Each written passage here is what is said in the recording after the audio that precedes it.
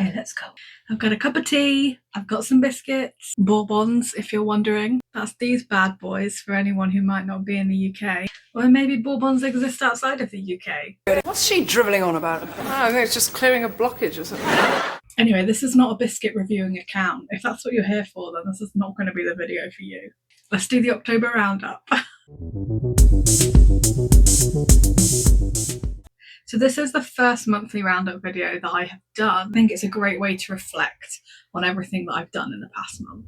And you might be wondering, how on earth does this differ to Crafting a Crochet Kingdom? Is this not just going to be the same thing? Crafting a Crochet Kingdom is more of a video diary of me physically doing the things. Basically holding myself accountable, because if I make it a thing, then I have to do it.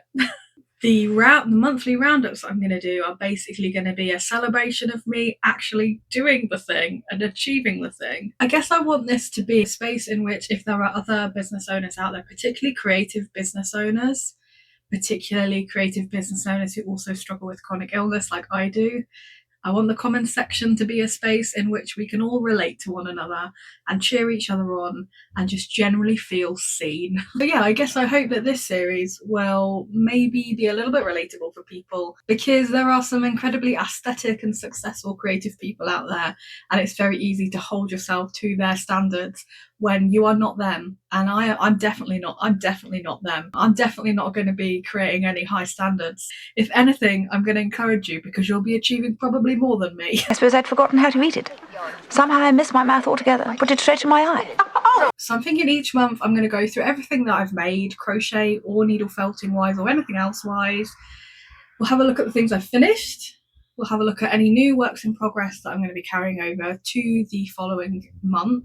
I'm also going to talk a little bit about the business side as well. So have I had a really good month business-wise? Has it been a real struggle? And then I want to round it up with a few things that I've struggled with, just to keep it real, because every business owner, no matter how successfully they present themselves online, has gone through struggles in a month. And then I'll also talk about some of the things that I think I'm proud of achieving. Oh, and we'll also talk about what I'm planning to do next month. So yes, let me know what your beverage of choice is in the comments and we'll crack on. So what have I crocheted this month? Well, so the first things that I got made this month were 3 bandanas. In fact, I think I finished 2 of them before I even posted my first video here on YouTube. They take up a lot of yarn, but they only take about a day to make each. If you've watched my Crafting a Crochet Kingdom vlog, then you know that I have had a real problem finishing things. Partly because I get halfway through a project and then the dopamine just disappears, it runs away, it goes on holiday. But also a lot of it is to do with my anxiety about things needing to be perfect and the best thing that anyone has ever seen in their life. And so I get the base of a dragon or whatever done, and then I'm like, well, I really love this and I don't want to ruin it. My brain problem solves by then saying, well, if you don't finish it, then you can't ruin it. So one of the biggest hurdles this month has been pushing myself to finish some sculptures, because that's literally the backbone of my business. I literally brand myself as a mythozoologist, like a mythozoology taxidermist. That's literally the reason I set my business up, was to make these, making these my job. So I decided that I would get started by working on some of the dragon heads that I'm making. So these are wall-mounted sculptures, or they will be when they've been attached to the plaques that my dad's making for me. I'm not making these wall-mounted sculptures with any kind of ecological background or lore in my head. They are just mythological animals that people can hang on their wall. So there's the least amount of pressure with these ones. So the first one I actually got finished, yes, I did finish some, was the medium-sized black dragon, which accidentally looks like toothless. I didn't intend it, and then I finished making it and I was like, wow, I think I've just sort of accidentally made toothless, but if toothless was from Wish. So yeah, he's finished. I really enjoyed making him, actually, because normally I include a lot of ornaments on my dragons. Lots and lots of frills, big horns, funky ears, back scales, belly plates. But I got the belly plate and the ears and the head plate on him, and he was like, nah, I'm done. I'm finished. I had to double check with people, because I was like, is this finished? And they were like, yeah, I think it's finished. And thus he was finished. He was the first one to get done. That really ignited a spark within me. And I realised, wow, I am actually capable of finishing things. Who knew? So after I got him done, I picked up Tiny Boy because I was really excited to see what possibilities I could achieve with the small sculptures. And I ended up working from about 4 different Crafty Intentions patterns to bring him together. And then I promptly fell in love with him and had a little bit of a cry that I have to put him up for sale at the market. But if he doesn't sell, then maybe I'll keep him. When I finished Tiny Boy, I knew that probably the wall-mounted sculptures I'm guessing are probably going to be my best seller at the market. I wanted to have sort of between 5 to 10 wall-mounted sculptures overall, with most of them being the smaller size. So that then spurred me on to make Bug Boy. I've been wanting to make a bug-inspired dragon since Crafty Intentions released their Meadow Dragon pattern. I did not expect him to turn out as good as he did. I used a mixture of the Meadow Dragon pattern plus some freehanding, so the frills along the side of his scales are a modified version of the frills in that pattern, and I also freehanded the head plate, although it was inspired by the head plate in the Adult Dragon pattern by Crafty Intentions. I honestly want to make 1,000 more of these wall-mounted sculptures. It has really made me excited to crochet dragons again. Who knew? I just needed to finish some things, and then it would mean that I wanted to finish more things. Honestly, brains are ludicrous. Why do we have them? Those 6 things are the only things that I have fully finished this month. How has this happened? I feel like I spent the whole month pretty much just crocheting. So I don't really know what happened there. Having said that, those are not the only things I've crocheted this month, because I have crocheted other things, I've just not finished them. Obviously, if you've seen my Crafting a Crochet Kingdom Part 1 video, then you'll know that the work in progress situation in this house is it's a little unsightly. Do you think that you are toxic? No. Why not? I potentially could be, yeah. And I've had that affirmed by people who've seen that video, that they had no idea that my problem was so bad.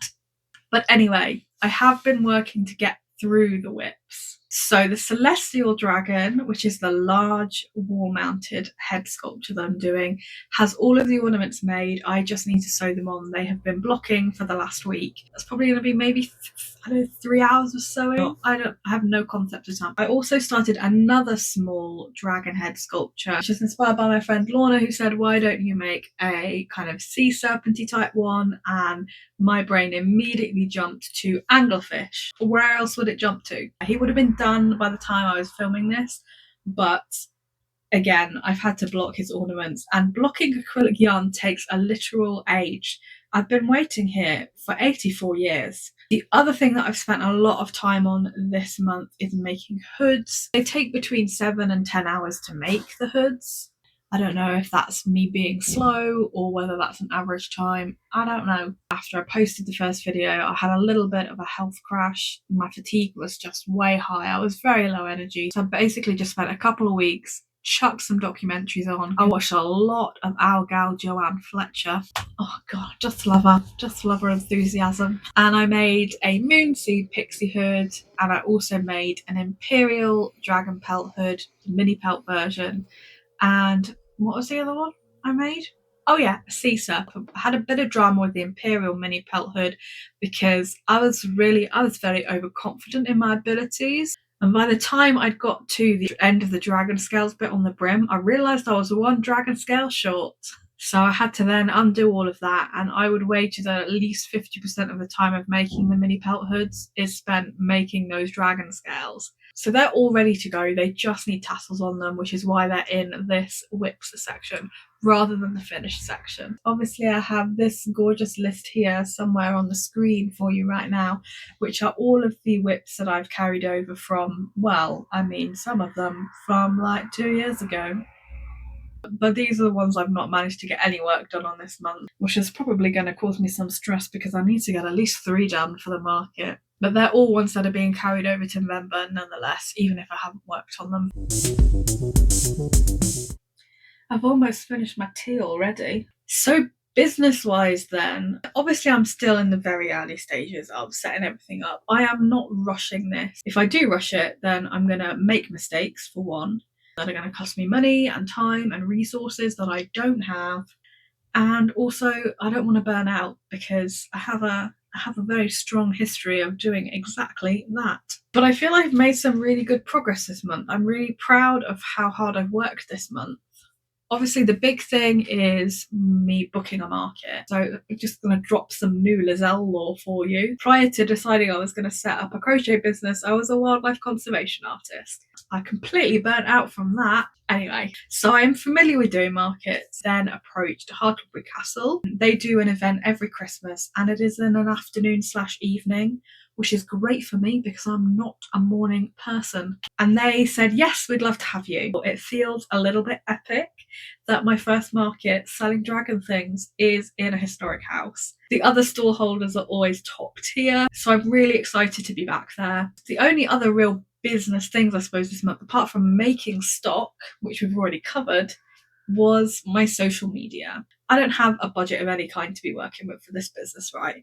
As much as I would love to have a social media manager, somebody that does that for me, I can't afford anybody. It's just me, guys. I've got to find a way to enjoy creating content, because that is one of the reasons that I stopped painting, was because I had to create content whilst I was painting, and then that got to be too anxiety inducing. The whole filming while you're painting did not align with my creative brain and my neurodivergent brain.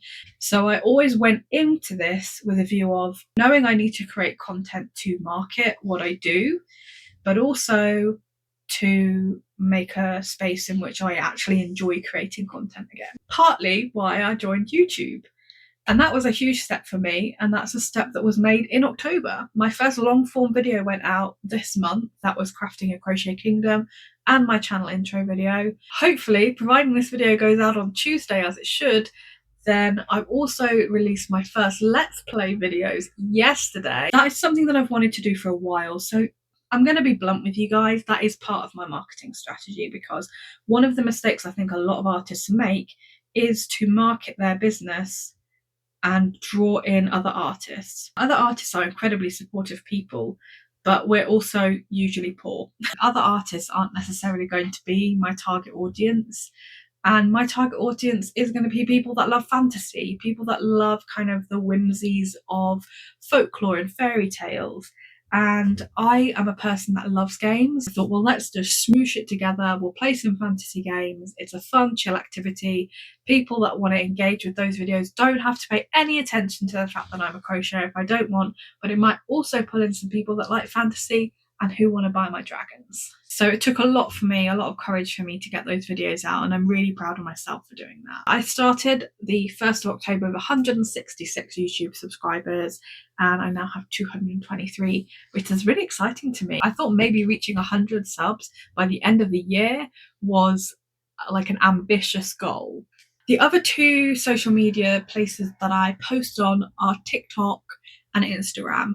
And I've had both of these platforms for a little while. Let's start with TikTok. This month, TikTok has been a struggle. I am well aware of how TikTok functions. It pushes you out to people, gives you a couple of viral videos, and then it takes that away from you in order to make you chase it. But I still feel a little bit frustrated and neglected. And I have been going live every Tuesday evening as well at around 7 p.m. GMT, but it's been really quiet. There are a couple of people that I've met on TikTok who are coming back to see my lives, which I'm really grateful for, but it would be nice if they were a little, just tad busier. Having said that, when I filled out the social media stats in my bullet journal this month, I had grown by over 200 followers. I am hoping that it picks up a little bit next month though, because I do feel like I'm kind of shouting into the void a little bit with TikTok. Now Instagram, oh Instagram, dear sweet Instagram, oh how I loathe thee. And just be thankful I forgot the green. So are you ready for this? Are you ready for the amount of followers that I gained on Instagram in October? Because that number is 25.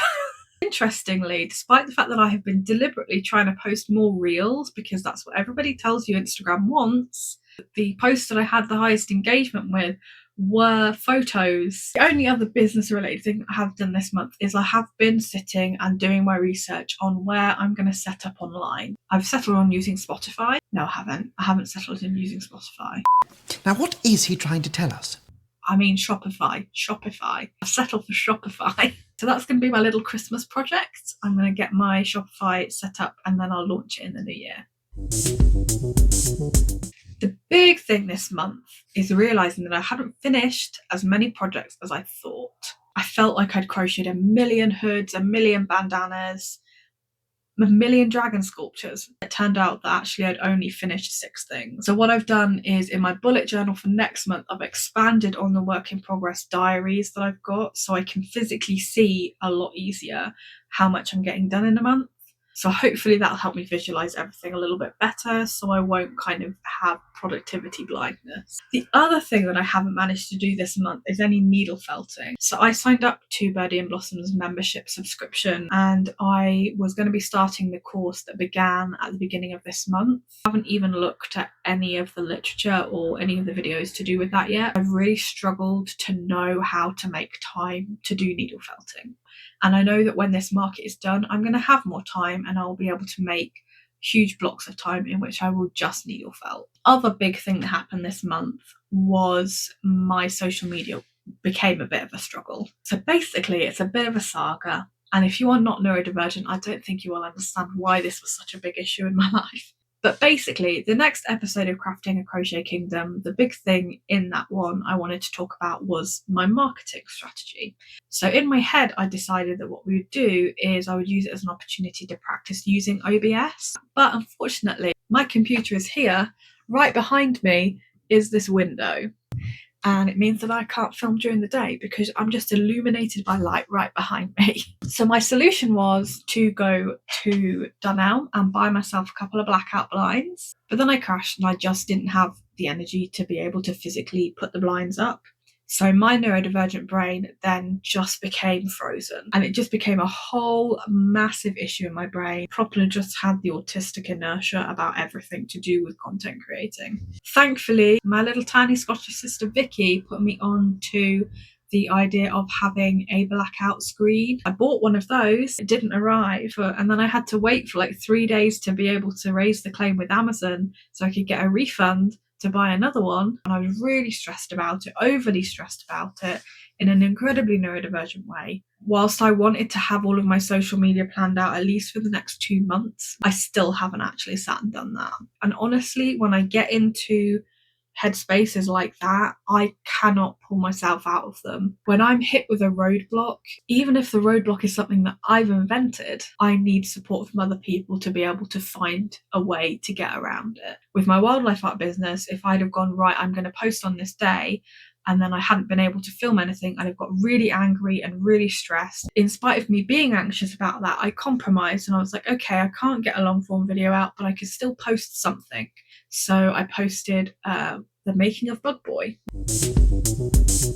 Biggest achievement I think I've made this month is to finish some sculptures. And not only did I finish the wall mounted sculptures, it also has made me really, really excited to make more. And I think it's just shown me that I put way too much pressure on myself when I'm making the full-bodied sculptures. That is brand new information! So I might need to amend how I am doing things going forward. I really love coming up with how animals adapt to the environment and then how humans react to how those animals have adapted and how those animals exist within an environment.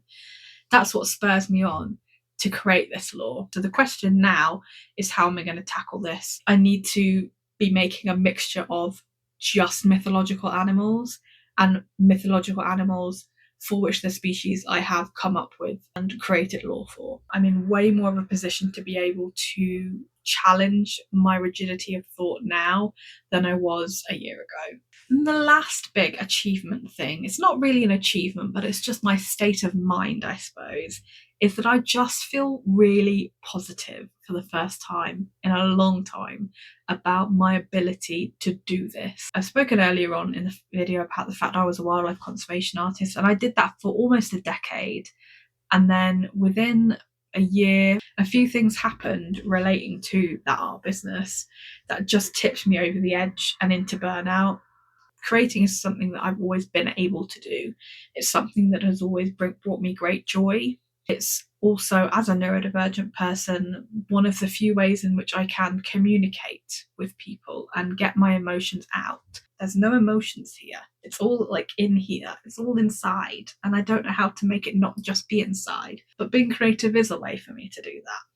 So when it got to the point in which I realised I no longer enjoyed painting, when that had been my primary method of creativity since I literally stepped out the womb, that was really upsetting. And the wildlife conservation art was also my last connection to being a zoologist, because I was still doing wildlife education and working with conservation charities.